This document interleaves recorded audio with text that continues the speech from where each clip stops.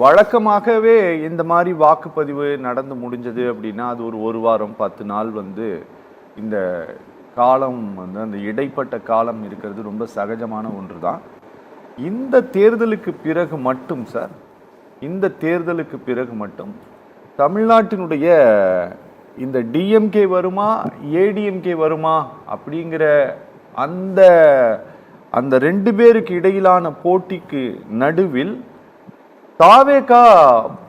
தாவேகா வந்துருமா இப்படிங்கிற மாதிரி எழுந்திருக்கக்கூடிய இந்த பேச்சு இருக்குல்ல சார், இது ஒரு ஆரோக்கியமான ஒன்றா சார்? டெமோக்ரஸில இது ரொம்ப புதிதாக ஒருத்தங்க போட்டிக்கு வந்திருக்கிறாங்க அப்படிங்கறத இது ரொம்ப ஆரோக்கியமான ஒன்றாக பார்க்கலாமா இத? சார் இது புதிதா வருது இப்ப மாத்திரம் வரல சார். தமிழக அரசியல் 1977 எம்ஜிஆர் அவர் இருந்தப்ப கூட 4 முறை போட்டி எல்லாம் நடந்திருக்குது, புதுசு கிடையாது. இப்ப பாத்தீங்கன்னாக்க ஒரே ஒரு இதை சொல்ல, இப்ப தேர்தல் முக்கியமா நம்ம கவனிக்க வேண்டியது இப்ப நடக்கக்கூடியது என்னன்னா அர்பன் வர்சஸ் ரூரல். இப்ப அர்பன்ல பாத்தீங்கன்னா மும்முனை போட்டி நடக்குது, சரி. ரூரல்ல இருமுனை போட்டி தான் நடக்குது. இதுல இந்த முக்கியமா கவனிக்க வேண்டியது இந்த எஸ்ஐஆர் ஒரு தாக்கத்தை ஏற்படுத்தி இருக்கிறது. இந்த எஸ்ஐஆர் தாக்கம் எப்படி ஏற்படுத்தி இருக்குதுன்னா அந்த 70 லட்சம் போலி வாக்காளர்கள் அந்த எஸ்ஐஆர் பாத்தீங்கன்னாக்க 70 லட்சம் போலி வாக்காளர்கள் நீக்கம் செய்யப்பட்டிருக்கிறார்கள். இதுதான் சென்ற முறை திமுக ஆட்சி கட்டில் அமர்வதற்கு ஒரே ஒரு சின்ன இல்ல நீங்க பேசுற போக்குல தப்பா சொல்லிட்டு போக கூடாது. அது போலி வாக்காளர்கள் கிடையாது முதல்ல. ஆமா சார், நான் உயிர் நீத்தவர்கள் இடம் மாறி போயினவர்கள், அதுக்கப்புறம் அந்த போல இருக்கிறவர் தான். அதெல்லாம் போலி இல்லாத எப்படி சார் இருக்க முடியும்? உயிர் நீத்தவர்கள் டெலிட் பண்ணல, அது இந்த அரசாங்கம் செய்ய வேண்டியது. அதை எலெக்ஷன் கமிஷன் செஞ்சுட்டு இருக்கிறாங்க. அதே போல அட்ரஸ் விலாசம் மாதிரி போய் இது பண்ணிருக்கிறது, அந்த இது பண்ணிருக்கிறது. சோ இது போலியாக இல்லாத வேற எதுவும் சொல்ல முடியும்? புதுசா எதனா நீங்க எதனா கண்டுபிடிச்சீங்கன்னா இது பண்ணிக்கலாம். அது போலி தான். நீங்க என்னதான் சொல்லி போலி வாக்காளர்கள். அதனால தான் சென்ற முறை திமுக ஆட்சி கட்டில அமர்ந்தது. ஒரே ஒரு இதை அப்ப 24 இந்த போலி வாக்காளர்கள் இருந்ததுனாலதான் மோடி பிரதமர் ஆனாரா? தமிழகத்துல சொல்ல வரேன் சார், நான் தமிழகத்துல சொல்றேன். நீங்க எல்லா இடத்துலயும் பீகார்ல நடந்தது எஸ்ஐஆர், இப்ப அஸ்ஸாம்ல நடக்குது, வெஸ்ட் பெங்கால்ல நடக்குது, எல்லா இடத்துலயும் தான் சார் எஸ்ஐஆர் நடந்தது. இப்போ சார் நம்ம தமிழகத்தை பாப்போம், நீங்க பீகார் அஸ்ஸாம் போகாதீங்க. என்னது இது பேச்சு? இது எலெக்ஷன் கமிஷன் ஆஃப் இந்தியாங்கிறது நாட் ஃபார் ஒன்லி தமிழ்நாடு, அது இந்தியா மொத்தத்துக்குமானது தான். தமிழ்நாடு மட்டும் பாருங்க, இது என்ன அபத்தமான வாதம் இது? நான் ஆதாரத்தோட குறிப்பிடுறேன். சென்ற அதாவது எஸ்ஐஆர்ல அந்த கேடிசிசி காஞ்சிபுரம், திருவள்ளூர், சென்னை, செங்கல்பட்டு இந்த மாவட்டங்கள்ல ஏறத்தாழ எஸ்ஐஆர் நீக்கப்படாத இருந்த வாக்காளர்கள், அதாவது சென்ற தேர்தலில் இருந்த வாக்காளர்கள் இந்த மண்டலத்துல கேடிசிசில மாத்திரம் 1,19 லட்சம் வாக்காளர்கள் இருந்தாங்க. இப்ப பாத்தீங்கன்னா 2 மாவட்டத்துல 1 கோடி பேரா? ஆமா சார்.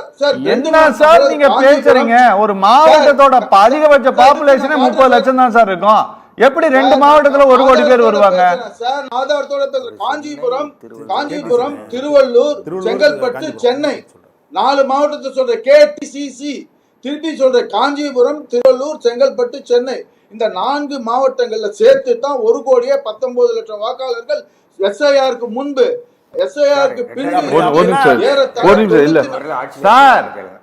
இங்க பாருங்க சார், இது சார் என்கிட்ட எல்லா ஆதாரமும் இருக்கு சார். எலெக்ஷன் கமிஷன்ல போட்ட எல்லா ஆதாரமும் இருக்கு. நான் ஆதாரம் இல்லாத பேச. 19% இதனால திமுகவுக்கு இழப்பு ஏற்பட்டு இருக்கிறது. 19% தான் எஸ்ஐஆருக்கு பிறகு மொத்தமே 75 லட்சம் பேர் தான் நீக்கி இருக்காங்க. மொத்தமே 19% 70 லட்சத்துல 19% எவ்வளவு சார்? அதுலதான் இதா இருக்கு. நீங்க ஏற்றுக்கொண்டாலும் சரி, ஏற்றுக்கொள்ளாலும் சரி, இதுதான் உண்மையான தகவல்கள். இது எலெக்ஷன் கமிஷன் கொடுத்த தரவுகள். அதுல இருந்து தான் பேசிட்டு இருக்கிறேன். இதனாலதான் திமுக தெரியாதுன்னு நினைக்கிறேன் சார். இதனாலதான் போலி வாக்காளர்கள் திமுக சென்ற முறை ஜெயிச்சது. இந்த முறை அந்த போலி வாக்காளர்கள் நீக்கப்பட்டது. அந்த நீக்கப்பட்டதின் காரணமாக இந்த முறை அதெல்லாம் நியாயமான ஒரிஜினல் வாக்காளர் வந்ததுனால அந்த கேடிசிசில இந்த முறை போன முறை 37 சீட்ல 36 சீட்டு திமுக வென்றது இந்த கேடிசிசில.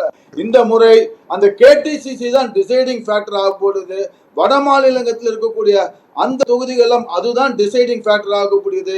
வட மாநிலத்துல வன்னியர்கள் இப்பொழுது பாமக நல்ல ஒரு டிரான்ஸ்பர்மேஷன், அந்த ஓட் டிரான்ஸ்பர் ஆகி வன்னியர்கள் அதிமுகவுக்கு மிக பிரம்மாண்டமாக வாக்கு இது பண்ணிருக்கிறதுனால நிச்சயமாக வட மாநிலங்களும் கேடிசிசிலையும் திமுகவுக்கு மிகப்பெரிய பின்னடைவு அமைவது உறுதி.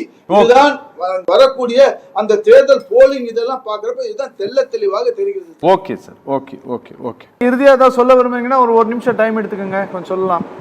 ஓகே, அதாவது சார் இறுதியா என்ன சொல்ல வருதுன்னா, நான் வந்து சார் இப்ப வாக்கு செலுத்தி இப்ப வந்து 4ஆம் தேதி அன்னைக்கு நிச்சயமாக அதிமுக தலைமை ஆட்சி அமைவது உறுதி சார். இதுக்கு என்னன்னா இப்ப போயிட்டாங்க, போயிருவாரு. கரெக்ட் தானே? ஆமா இல்ல கவர்னர் அவர் தானே சார் பதவி பிரமாணம் பண்ணி வைக்க போறாரு. அதான் 2 ஸ்டேட்டுக்கும் ஒரே கவர்னரை போட்டு வச்சிருக்கீங்க, அவர் இருக்க மாட்டாரு. அவர் தானே இப்ப வந்துட்டாரு, கவர்னர் வந்துட்டாரு. அதாவது உதயநிதி ஸ்டாலின் அவர்கள் துபாய்க்கு போயிட்டாரு. அவர் 4ஆம் தேதி வராரா இல்லையா அங்கே இருக்காருன்னு தெரியாது. வரக்கூடிய தரவுகள் எல்லாம் அவர் பார்த்தோன்னா அங்கேதான் இருப்பாரு.